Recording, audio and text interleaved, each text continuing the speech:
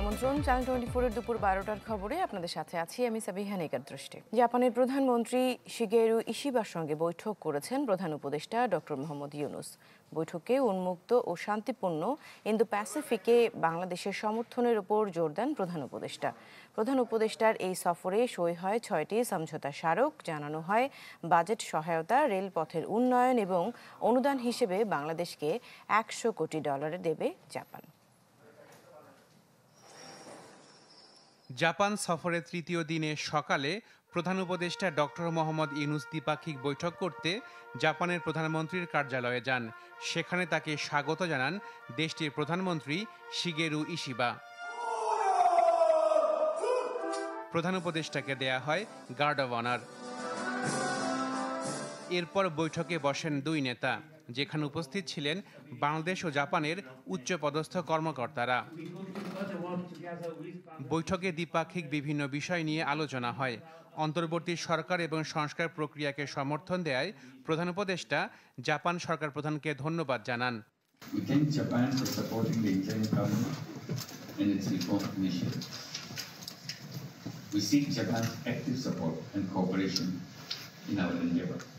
বৈঠকে উন্মুক্ত এবং নিরাপদ ইন্দো প্যাসিফিক বিষয়ে বাংলাদেশের সমর্থন পুনর্ব্যক্ত করেন প্রধান উপদেষ্টা। এই বিষয়ে জাপানের সাথে বাংলাদেশ যৌথভাবে কাজ করতে প্রস্তুত বলেও জানান doctor Yunus. We reiterate our firm commitment to our shared vision of a free, open, peaceful, secure, and inclusive Indo-Pacific for the shared prosperity of all. To realize this vision, Bangladesh is ready to forge partnership and cooperation with Japan to ensure maritime safety and security, freedom of navigation, sustainable use and management of marine resources, promote enhanced connectivity, and combat transnational organized crimes in the Indo-Pacific region. বৈঠক শেষে প্রকাশ করা হয় যৌথ সংবাদ বিজ্ঞপ্তি, যেখানে বলা হয় রোহিঙ্গা সমস্যার একমাত্র সমাধান তাদের মিয়ানমারে টেকসই এবং নিরাপদ প্রত্যাবাসন। এছাড়া প্রতিরক্ষার সরঞ্জাম ও প্রযুক্তি হস্তান্তর সংক্রান্ত চুক্তিতে দুই দেশ নীতিগতভাবে একমত হওয়ায় সংবাদ বিজ্ঞপ্তিতে স্বাগত জানানো হয়। আশাকিন প্রিন্স, চ্যানেল 24, ঢাকা।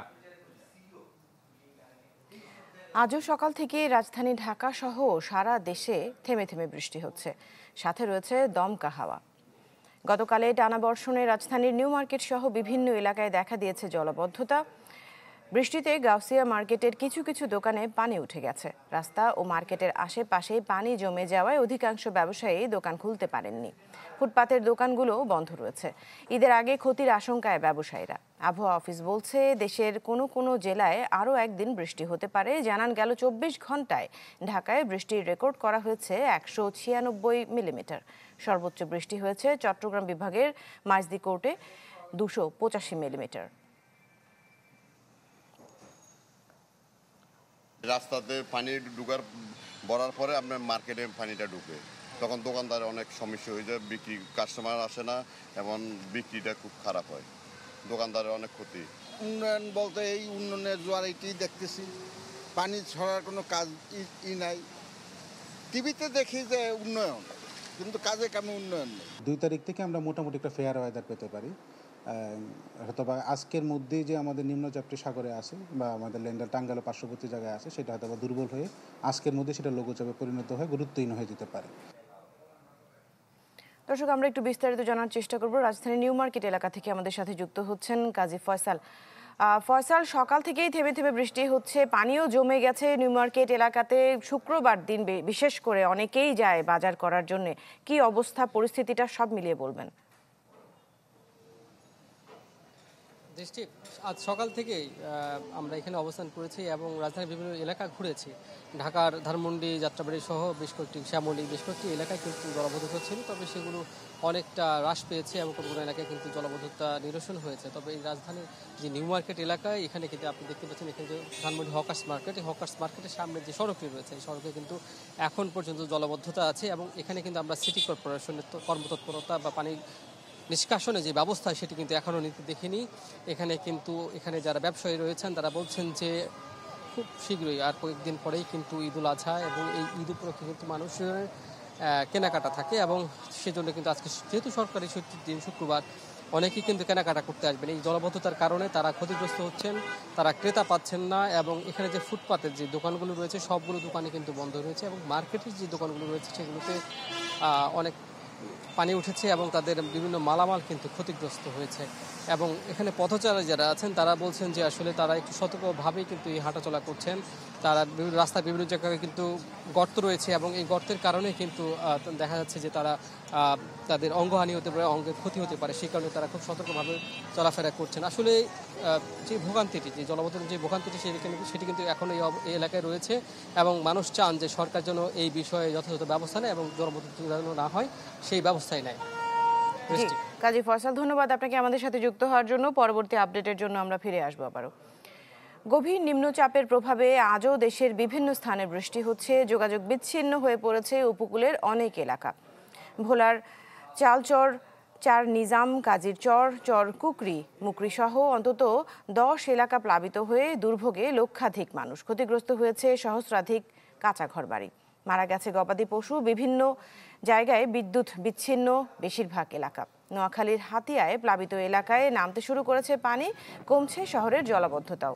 ফেনীর পরশুরাম উপজেলার মুহুরী নদীর তীরবর্তী বল্লামুখ বাঁধ এলাকায় ভারত ড্রেন নির্মাণ করতে চাইলে বাধা দেয় বিজিবি। পরে ভারতীয়রা সরে গেলেও সতর্ক অবস্থানে রয়েছে বিজিবি। বরগুনায় অস্বাভাবিকভাবে জোয়ারের পানি বেড়ে তলিয়ে যায় কিছু নিচু এলাকার ঘরবাড়ি, ব্যবসা প্রতিষ্ঠান। নিম্নচাপের প্রভাবে বরিশালে বন্ধ রয়েছে নৌ চলাচল।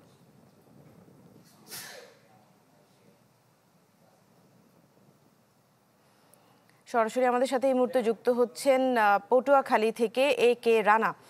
রানা, আমরা একটু পটুয়াখালী সার্বিক অবস্থাটা জানতে চাচ্ছি। সারা দেশেই যেহেতু বৃষ্টি হচ্ছে, পটুয়াখালীর কি অবস্থা?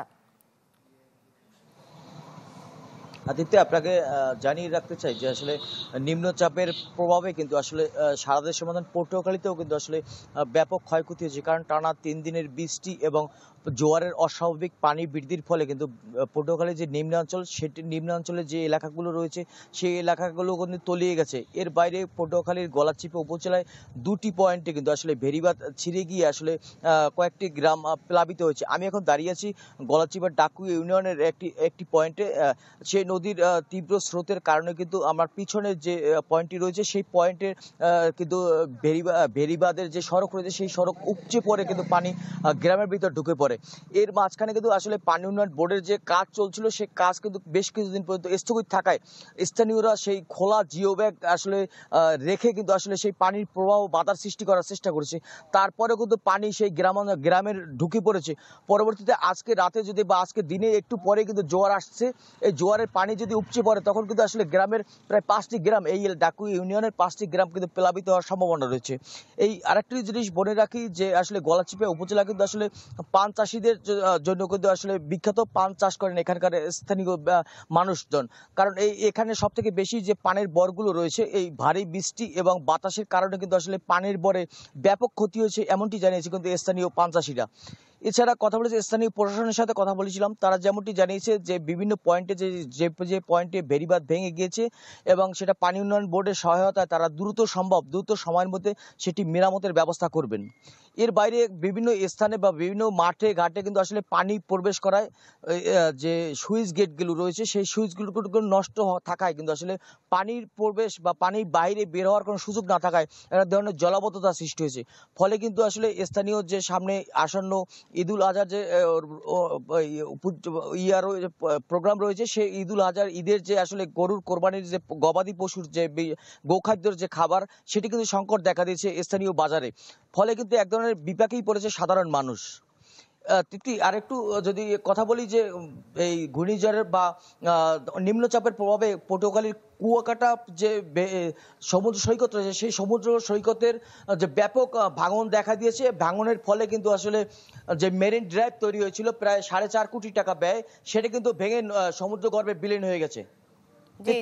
রানা, ধন্যবাদ আপনাকে আমাদের সাথে যোগ দেওয়ার জন্য। আমরা একটু ভোলার পরিস্থিতি জানতে চাচ্ছি। ভোলা থেকে আদিল হোসেন তপু আমাদের সাথে যুক্ত হচ্ছেন। তপু, কি অবস্থা ভোলার সার্বিক অবস্থাটা জানাবেন আমাদেরকে।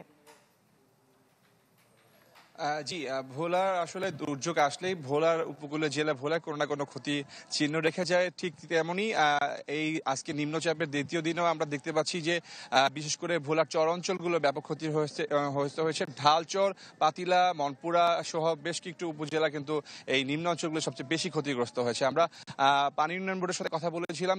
পানি উন্নয়ন বোর্ড যেটি জানিয়েছেন যে যেসব জায়গাতে আসলে যে সুইচ গেট কিংবা বেড়িবাঁধের কাজ চলমান রয়েছে সেসব জায়গা দিয়ে পানি প্রবেশ করেছে এবং সেই ক্ষেত্রে বেশ কয়েকটি গ্রাম প্লাবিত হয়েছে এবং সেসব গ্রামে যারা রয়েছেন তারাও পানিবন্দী অবস্থায় রয়েছেন। তো প্রশাসন থেকে বলা হয়েছে যে জেলায় প্রায় 1 থেকে 1.5 হাজারের ক্ষতিগ্রস্ত হয়েছে ঘরবাড়ি, আংশিক এবং পুরোপুরি মিলিয়ে সব মিলে ক্ষতিগ্রস্ত হয়েছে। তো সব মিলিয়ে এই ক্ষতিগ্রস্ত তালিকা তৈরি করা হচ্ছে। পরবর্তীতে তাদেরকে আসলে মূলত ক্ষতিগ্রস্ত তালিকা তৈরি করা হচ্ছে। তবে ঢালচরের যেহেতু বিচ্ছিন্ন একটি ইউনিয়ন, সেখানে কিন্তু এখন পর্যন্ত প্রশাসনের পক্ষ থেকে কোনো ত্রাণ পৌঁছায়নি। তবে প্রশাসনের পক্ষ থেকে জেলা প্রশাসন বলছেন তা সেখানে ত্রাণ পৌঁছানোর চেষ্টা চালিয়ে যাচ্ছেন।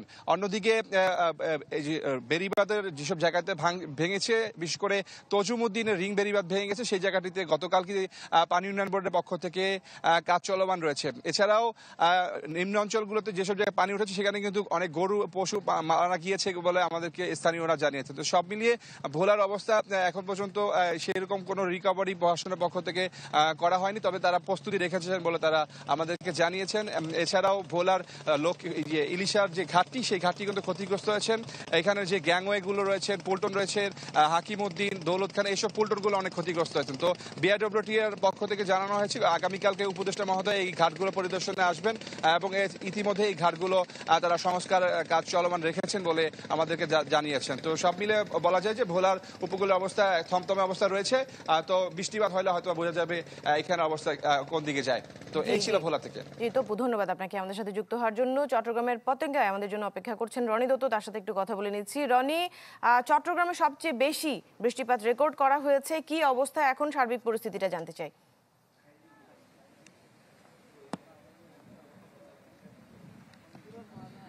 দৃষ্টি, চট্টগ্রামে আসলে গত 2 দিন ধরেই কিন্তু গুড়ি গুড়ি বৃষ্টি হচ্ছে, কিন্তু গত 24 ঘন্টায় বেশ ভালোই বৃষ্টি হচ্ছে। কিছুক্ষণ পরপরই আমরা এখানে দেখছি এবং আবহাওয়া অধিদপ্তর থেকে যেটি জানানো হয়েছে সেটি প্রায় গত 24 ঘন্টায় অর্থাৎ 9টা থেকে 9টা পর্যন্ত গত 24 ঘন্টায় 192 মিলিমিটার বৃষ্টিপাত কিন্তু রেকর্ড করা হয়েছে।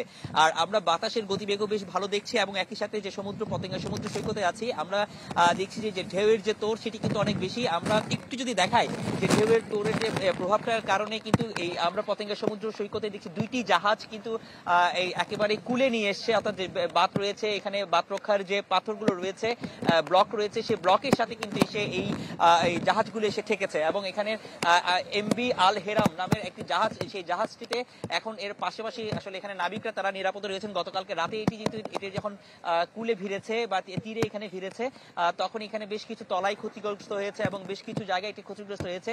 এখানকার যে মালিক তিনি আমার সাথে কথা বলেছেন কিছুক্ষণ আগে, তিনি যেটি বলেছেন জানিয়েছেন যে এখানকার নাবিকরা সবাই সুস্থ আছেন। তবে সকালের দিকে এখানে এই জাহাজটিতে এখানে এসে বেশ কিছু এলাকার স্থানীয় কিছু সন্ত্রাসী দুর্বৃত্তরা তারা কিন্তু এখানে এসে তাদের জাহাজের যে যারা নাবিকরা ছিল তাদের কাছ থেকে যাবতীয় জিনিসপত্র শুরু করে সেগুলো নিয়ে গেছেন এবং সেটি অভিযোগ করেছেন, পতেঙ্গা থানায় অভিযোগ করেছেন এবং এই ঘটনায় একজনকে আটক করা হয়েছে।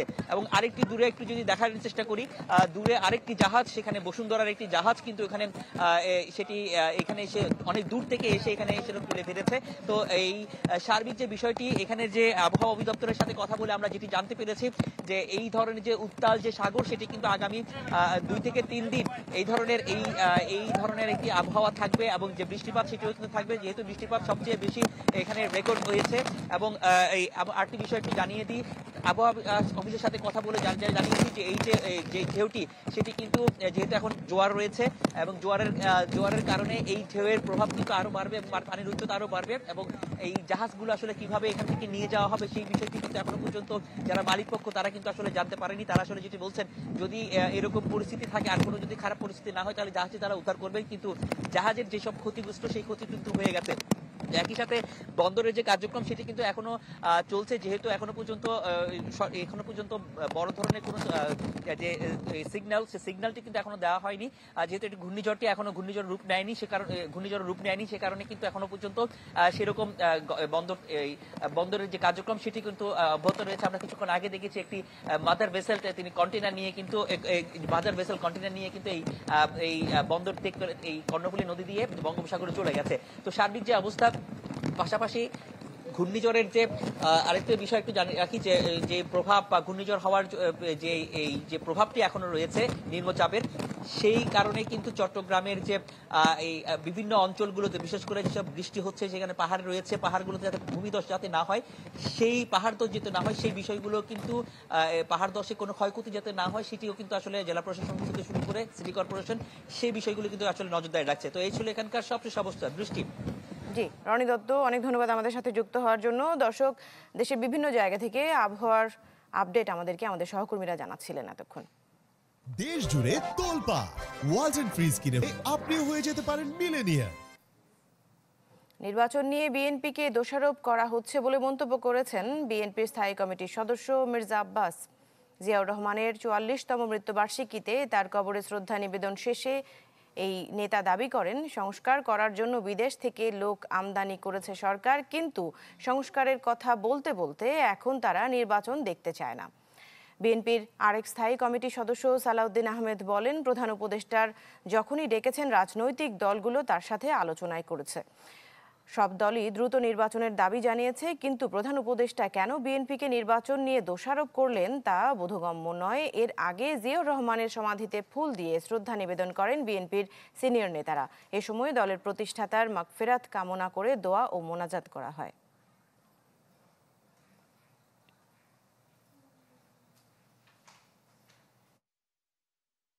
আজকে এই সরকার কিছু বিদেশি লোককে আমদানি করেছেন কিছু সংস্কার করার জন্য। আবার এই সংস্কার করতে করতে এমন জায়গায় চলে গেছে যে তারা আজকে আর নির্বাচন দিতে চায় না। সমগ্র জাতি একটি সুষ্ঠু, সুন্দর, নিরপেক্ষ নির্বাচনের জন্য অপেক্ষমান, এটা ওনার বোঝা উচিত এবং খুব শীঘ্রই একটি সুনির্দিষ্ট রোডম্যাপ প্রদান করবেন নির্বাচনের মধ্যে, আগামী ডিসেম্বরের মধ্যে জাতীয় সংসদ নির্বাচন অনুষ্ঠানের লক্ষ্যে। বিএনপির প্রতিষ্ঠাতা ও সাবেক রাষ্ট্রপতি জিয়াউর রহমানের ৪৪তম মৃত্যুবার্ষিকী আজ। রাষ্ট্রবিজ্ঞানীদের মতে জিয়াউর রহমানের আদর্শ থেকে অনেকটাই সরে গেছে বিএনপি। তাদের মতে গণমানুষের দল হতে হলে বিএনপিকে আদর্শের জায়গায় আরও সচেতন হতে হবে। শাহনওয়াজ বাবলুর রিপোর্ট। ২০২৪ সালের ৫ আগস্টের বিপ্লব ছিল একনায়কতন্ত্র আর স্বৈরাচারের বিরুদ্ধে। ঠিক এমনই বাকশাল থেকে গণতন্ত্রের কথা বারবার বলেছেন বিএনপির প্রতিষ্ঠাতা সাবেক প্রেসিডেন্ট জিয়াউর রহমান। আমরা জাতীয় জীবনে এক নতুন অধ্যায়ের সূত্রপাত করতে যাচ্ছি। যিনি প্রতিষ্ঠা করেছিলেন বহুদলীয় গণতন্ত্র ১৯৭৭ থেকে ৮১। এই ৫ বছরে বদলে দিয়েছিলেন এদেশের রাজনীতি। জুলাই পট পরিবর্তনের পর আবারও যখন আলোচনায় গণতন্ত্র, ঠিক তখনই দলের প্রতিষ্ঠাতার ৪৪তম মৃত্যুবার্ষিকী পালন করছে বিএনপি। আগামীর ক্ষমতার পালাবদলের যখন সূচনা, তখন কতটা আদর্শিক রাজনীতি করছে জিয়াউর রহমানের হাতে গড়া দলটি। এই রাষ্ট্রবিজ্ঞানীর মতে জিয়াউর রহমানের চিন্তার সঙ্গে বিএনপির বর্তমান রাজনীতির রয়েছে বিস্তর ফারাক। তিনি প্রত্যাশা করছেন সাবেক এই প্রেসিডেন্টের রাজনৈতিক মতাদর্শ অনুসরণ করা উচিত জাতীয়তাবাদে বিশ্বাসী দলগুলোর। উনি হচ্ছে এমন অনেক কিছু করেছেন যা প্রচলিত না, যেমন খাল কাটা আন্দোলন, যে খাল কেটে উনি হচ্ছে দেশে একটা বিপ্লব আনতে চেয়েছিলেন, যে এটার মাধ্যমে পানি আসবে, সেটা দিয়ে আমাদের দেশের শস্য হবে। তারপরে উনি হচ্ছে পলিটিক্স এত ইজি পলিটিক্স চান নাই, উনি একটু ডিফিকাল্ট পলিটিক্স চেয়েছিলেন। তারপরে ওনার সময় সার্ক হলো, উনি সার্কের স্বপ্নদ্রষ্টা। সার্ক দিয়ে হচ্ছে ফরেন পলিসি, এই পুরা রিজনটাকে একরকম করে উনি তৈরি করতে চেয়েছিলেন। জিয়াউর রহমান সাহেব যেভাবে চিন্তা করতেন, উনি যখন একটা দল গঠন করেছিলেন, বা উনি যেভাবে রাজনীতিকে দেখতেন, বা যেভাবে বাংলাদেশকে দেখতে চেয়েছিলেন, এখন বিএনপি মনে হয় না সেই পথে হাঁটছে। জিয়াউর রহমান দীর্ঘ সময় রাষ্ট্র পরিচালনার দায়িত্বে থাকলে দেশ আরও এগিয়ে যেত বলে মনে করেন এই রাজনৈতিক বিশ্লেষক। জিয়াউর রহমানের মেইন যে থিমটা, সেই থিমটাকে যদি উনি কাজ করতে পারেন, তাহলে আমার মনে হয় বাংলাদেশ আবার উঠে দাঁড়াবে। শাহানেওয়াজ পাবলু, চ্যানেল 24, ঢাকা। একটা সেলফি। আপু এখন কিছু খাওয়াও এখন। ইভিনিং এ চরম ক্রেভিং, চাই কিছু এক্সাইটিং। মিস্টার নুডলস হয় কুকিং, টেস্টটা হয় amazing. Mister noodles, amazing test. Mister noodles, enjoy the best. Mister noodles, amazing test. Mister noodles, mister noodles, mister noodles. প্রকাশ্যে ধরে নিয়ে আটকে রাখা হতো থানায়, কখনো তুলে দেয়া হতো সাদা পোশাকধারীদের কাছে। এরপর মধ্যরাতে চোখ হাত পা বেঁধে পুলিশের গাড়িতে নেওয়া হতো নির্জন স্থানে। বন্দুকের নল ঠেকিয়ে পায়ে করা হতো গুলি, পরে ফাঁকা গুলি ছুড়ে সাজানো হতো বন্দুকযুদ্ধের নাটক। 2013 থেকে 2016 সালের মধ্যে সাতক্ষীরা জুড়ে আইন শৃঙ্খলা বাহিনীর ধরপাকড় নিয়ে এমন গুরুতর অভিযোগ তুলেছেন ভুক্তভোগীরা। সোহেল রানার প্রতিবেদন আর ক্যামেরায় ছিলেন শাহিন রেজা। সাতক্ষীরার দেবহাটা উপজেলার আব্দুর রউফ 2013 সালের 16 ডিসেম্বর মধ্যরাতে বাড়ি থেকে তাকে তুলে নিয়ে যায় আইন শৃঙ্খলা বাহিনী। স্থানীয় একটি কলেজ মাঠে নিয়ে গুলি করে হাঁটুর নিচে। আব্দুর রউফের দাবি, বিএনপির রাজনীতির সাথে জড়িত থাকায় তার অপরাধ। স্যার আমাদের কি অন্যায়? বলে অন্যায় তোরা তো বিএনপি বড় মস্তান, এইটুক বলে স্যার, আর কোনো কথা না স্যার, এইটুক বলেই গুলি। মামা ছিল ওইখানে। সেদিন একই ঘটনা ঘটে তার ভাগ্নে তৎকালীন ছাত্রদল নেতা রিয়াজুল ইসলামের সাথে। প্রাণে বেঁচে ফিরলেও সাজানো বন্দুকযুদ্ধে এক পা অকেজো রিয়াজুলের। এইখানে একটা গুলি ধরে, এইখানে একটা ধরে, চুড়ি মুঠো ধীরে এইখানে নিয়ে আসে, বলে তুই দৌড়া। কথা বলতে বলতে এখানে পায়ে গুলি ঠেকাইয়া এইখানে দাম করে ফেলায় দেয়। স্থানীয়রা বলছেন, ভিন্নমত বা রাজনৈতিক মতাদর্শ দমনে দানব হয়ে ওঠে তৎকালীন সাতক্ষীরা জেলার পুলিশ। 2013 থেকে 16 সাল পর্যন্ত অন্তত অর্ধশত মানুষ গুলিবিদ্ধ হয়ে হারিয়েছেন স্বাভাবিক জীবন। ডান পায়ে ওরা প্রথম শ্যুট করে, প্রথমবার ফায়ার হয়নি, পরে লোড করে আবার নতুন করে ফায়ার করে। ফায়ার করলেই আমার পাটা মনে হলো যেন একেবারে ওখান থেকে বিচ্ছিন্ন হয়ে চলে গেল। সাইডে গুলির শব্দ হতে লাগলো, তখন আমি রোডে দাঁড়াই আছি।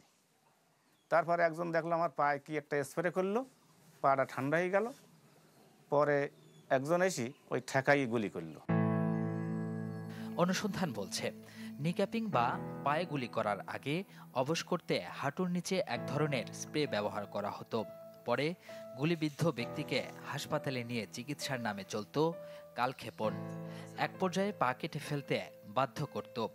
শুধু তাই নয়, একের পর এক মামলা দিয়ে বিষিয়ে তোলে ভুক্তভোগীদের জীবন, যার বেশিরভাগই ভুতুরে সাক্ষী। আমরা যেটা জানি না, শুনি না, কিছু জানি না, সেটা তার উল্টোটা লেখা হইতে। আমি তো জানিই না, অথচ আমার সাক্ষী না বানাইছে। আমরা কিছু দেখিনি, ওটা ও বলতেও পারেনি, ওটা জানো উনি কিছু। মামলা হয়েছে তৎকালীন জেলা প্রশাসক নাজমুল আহসান, এসপি মঞ্জুরুল কবির সহ বেশ কয়েকজনের নামে। ভয়ানক বর্বরতা আমরা দেখেছি এবং তৎকালীন পুলিশ অফিসাররা কিন্তু এখনো নির্বিঘ্নে তারা বিভিন্ন জায়গা বাহিনীর ভিতর যেমন আছে, অনেকে অবসর নিয়ে ভালোই আছে।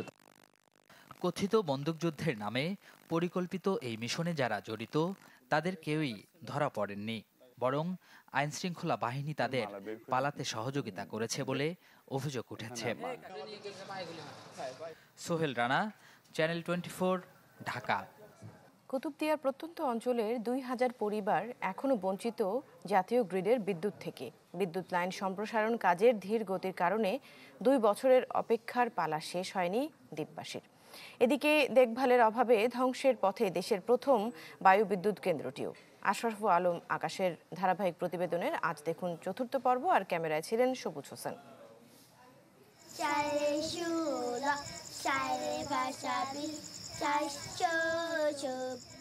98% শিক্ষার হারে আলোকিত হয়েছে সমুদ্র ঘেরা কুতুবদিয়া দ্বীপের প্রায় প্রতিটি ঘর, কিন্তু অনেক ঘরে পৌঁছেনি বিদ্যুতের আলো।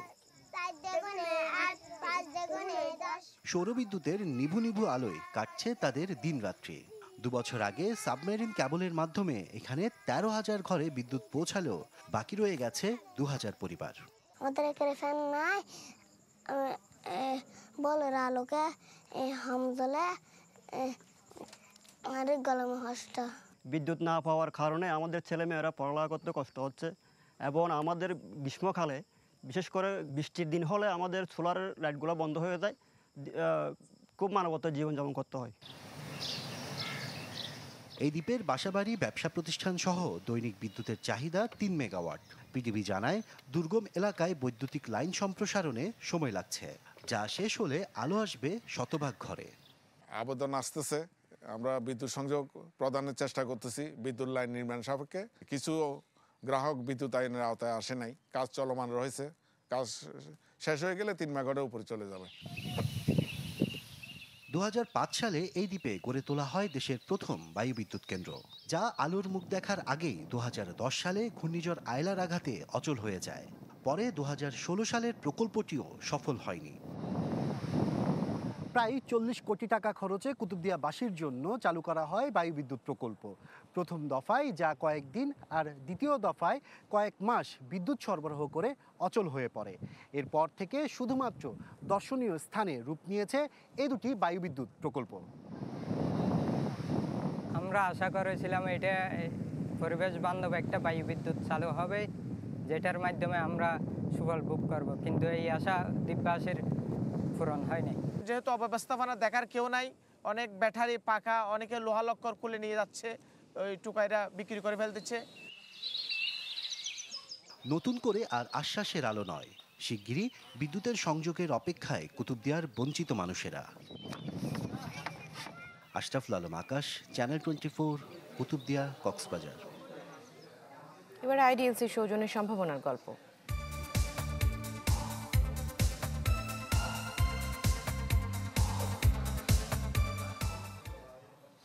মৌলভীবাজারে দুগ্ধ খামার গড়ে তুলেছেন নারী উদ্যোক্তা একলিমা। তার খামার থেকে প্রতিদিন প্রায় 300 লিটার দুধ বিক্রি হয়। খামারের আয় থেকে চলে তার সংসার, চিকিৎসা ও সন্তানদের পড়ালেখা। আব্দুর রবের পাঠানো রিপোর্ট। মৌলভীবাজারের রাজনগরের সফল নারী উদ্যোক্তা একলিমা আক্তার সমাজের পিছিয়ে পড়া নারীদের আদর্শও বলা চলে। পরিবারে সচ্ছলতার আশায় শিক্ষকতা ছেড়ে মনোযোগ দেন দুগ্ধ খামার তৈরিতে। মিলেছে সফলতাও। 2017 সালে 3টি গরু নিয়ে যাত্রা শুরু হলেও বর্তমানে তার খামারে রয়েছে বাছুর সহ 15টি উন্নত জাতের গরু। প্রতিদিন বিক্রি করেন 8 থেকে 10 হাজার টাকার দুধ। বর্তমানে আমার ফার্মে 8টা গাভী আছে, যেগুলা দুধ দেয়, বাকিগুলা ষাঁড় বাছুর আছে। আমার খুব ইচ্ছা যে আমি একটা পনির কোম্পানি তৈরি করব। এই পনির কোম্পানিতে এইখানকার মহিলারা কাজ করবে। আমি সরকারিভাবে সহযোগিতা প্রার্থনা করি। দেখে খুবই ভালো লাগছে যে একজন মহিলা হিসেবে বা একজন নারী উদ্যোক্তা হিসেবে উনি যে এত সুন্দর কাজ করতে পেরেছে, তার জন্য আসলে আমি খুবই আনন্দিত। তবে আমার সবচেয়ে চাওয়া হলো যে নারীরা যেন ওনাকে দেখে উদ্যমী বা আগ্রহী হতে পারে এবং তার পাশাপাশি ওনাকে দেখে যে তারা অনেক কিছু শিখতে পারে যে উনি এই পর্যায়ে একটা গরুর খামার করতে পেরেছেন। তবে শুরুটা মোটেও সহজ ছিল না। সামাজিক অবস্থার পাশাপাশি লড়তে হয়েছে করোনা মহামারীর সাথেও, তবু হেরে যাননি। তাই পরিণত হয়েছেন পিছিয়ে পড়া স্থানীয় নারীদের আদর্শে। আমি বর্তমানে ভালো আছি, আমি আমার নিজেকে সময় দিতে পারতেছি। আমার এইখানে 3 জন লোক কাজ করে, যাদেরকে আমি তাদের কর্মসংস্থানের সুযোগ করে দিয়েছি। আমি চাই যে আমার মতো মেয়েরা এইরকম পেশায় এগিয়ে আসুক, আত্মনির্ভরশীল হোক। ওনার খামারে আমি থাকি 7 বছর ধরে আছি। আমি এখানে গরুর খাওয়া দাওয়া সম্পূর্ণ সব কিছু আমি করি, সব কিছু গাইটাই সব কিছু খিরাই আমি। লড়াকু এই নারীর পাশে সহযোগিতার হাত বাড়িয়েছে প্রাণী সম্পদ অধিদপ্তরও। ওনার খামারের উত্তরোত্তর উন্নতির জন্য কৃষি ব্যাংকের মাধ্যমে উনি কৃষি লোনের দ্বারস্থ হয়েছেন এবং এই উক্ত কৃষি লোন আমরা উপজেলা প্রাণী সম্পদ দপ্তরের মাধ্যমে আমরা সর্বোচ্চ চেষ্টা করেছি যাতে ওনাকে এই লোনের আওতায় নিয়ে আসা যায়। মিলেছে পরিশ্রমের স্বীকৃতিও। দেশের অর্থনীতিতে অবদানের জন্য 2024 সালে জয়িতা উপাধি পান এই উদ্যোক্তা। 2022 সালে প্রাণী সম্পদ দপ্তর থেকে পান বিশেষ পুরস্কার। Desk report, channel 24। আইডিএলসির 40 বছর উপলক্ষে আপনাদেরকে জানাই শুভেচ্ছা। গাজায় যুদ্ধবিরতি নিয়ে ডোনাল্ড ট্রাম্পের মধ্যপ্রাচ্য বিষয়ক দূত স্টিভ উইটকফের প্রস্তাবিত নতুন চুক্তিতে সম্মতি দিয়েছে ইসরায়েল, এমনটি জানিয়েছে হোয়াইট হাউস। প্রথম প্রস্তাবে নতুন করে 60 দিনের যুদ্ধবিরতির কথা বলা হয়েছে। হোয়াইট হাউসের প্রেস সেক্রেটারি ক্যারোলিন লেভিট বলেন, উইটকফ ও প্রেসিডেন্ট ট্রাম্প হামাসের কাছে একটি যুদ্ধবিরতি প্রস্তাব পাঠিয়েছে, যাতে সমর্থন দিয়েছে ইসরায়েল। তবে যুদ্ধবিরতি শর্তে ফিলিস্তিনিদের কোনো দাবির প্রতিফলন নেই বলে অভিযোগ হামাসের। চুক্তির বিষয়টি পর্যালোচনার কথা জানিয়েছে তারা। এরই মধ্যে উপত্যকাটিতে ইসরায়েলি হামলায় প্রাণ গেছে আরও 70 ফিলিস্তিনের। অকার্যকর হয়ে গেছে উত্তরাঞ্চলের একমাত্র হাসপাতাল আল আওয়াদা।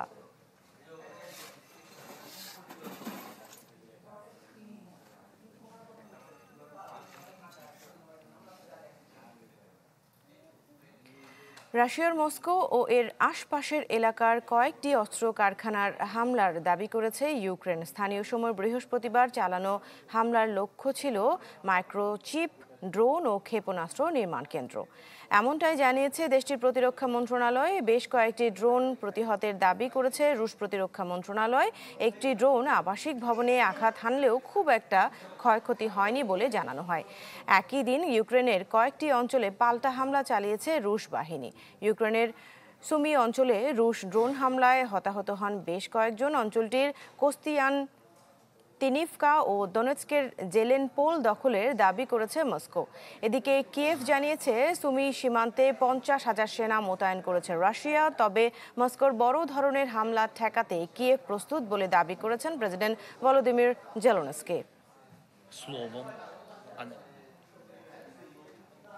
অস্থায়ীভাবে ডোনাল্ড ট্রাম্পের আরোপিত শুল্ক পুনর্বহাল করেছে যুক্তরাষ্ট্রের আপিল আদালত।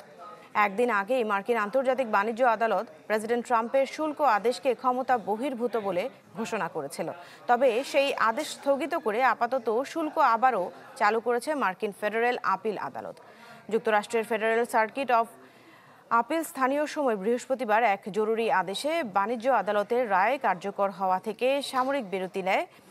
এই আদেশে আদালত কোনো ব্যাখ্যা দেয়নি। তবে মামলার বাদী পক্ষকে 5 জুনের মধ্যে জবাব দিতে বলা হয়েছে। ট্রাম্প প্রশাসনের পক্ষ থেকে বলা হয়, শুল্ক কার্যকর বন্ধ হলে জাতীয় নিরাপত্তা হুমকির মুখে পড়বে। আদালত এই যুক্তি মেনে নিয়েই আপাতত শুল্ক চালু রাখার অনুমতি দিয়েছে। এই আদেশকে স্বাগত জানিয়েছে হোয়াইট হাউস।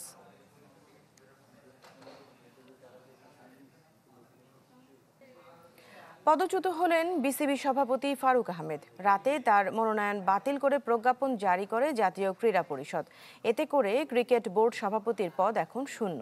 যে কোনো সময়ে দায়িত্ব বুঝে নিতে পারেন আমিনুল ইসলাম বুলবুল। একের পর এক নাটকীয়তা, একদিনে এত ঘটনা বিসিবিতে আগে কখনোই ঘটেনি। সকাল থেকে সন্ধ্যা গড়িয়ে রাত, বৃহস্পতিবার সারাদিনের সব ক্লাইম্যাক্স শেষে ফলাফল, বিসিবির সভাপতির পদ হারিয়েছেন ফারুক আহমেদ। গত রাত 11টায় প্রজ্ঞাপন জারি করে ফারুকের মনোনয়ন বাতিল করেছে জাতীয় ক্রীড়া পরিষদ। 10 পরিচালকের মধ্যে 8 জনই যে সভাপতি পদে ফারুককে দেখতে চাননি, তাই অনাস্থা এনে সন্ধ্যায় ক্রীড়া মন্ত্রণালয়ে চিঠি দিয়েছিলেন তারা।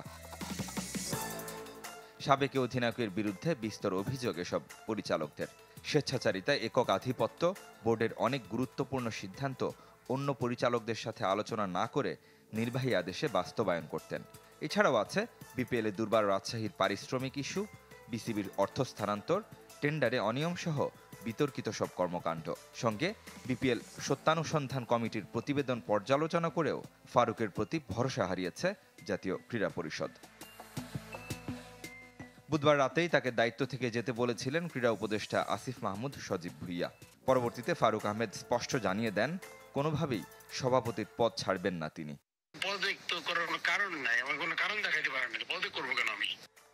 গণ অভ্যুত্থান পরবর্তী পরিস্থিতিতে ফারুক আহমেদকে মনোনয়ন দিয়েছিল এই এনএসসি। তবে 1 বছর পূরণ হবার আগেই পাল্টে গেল পাশার দান।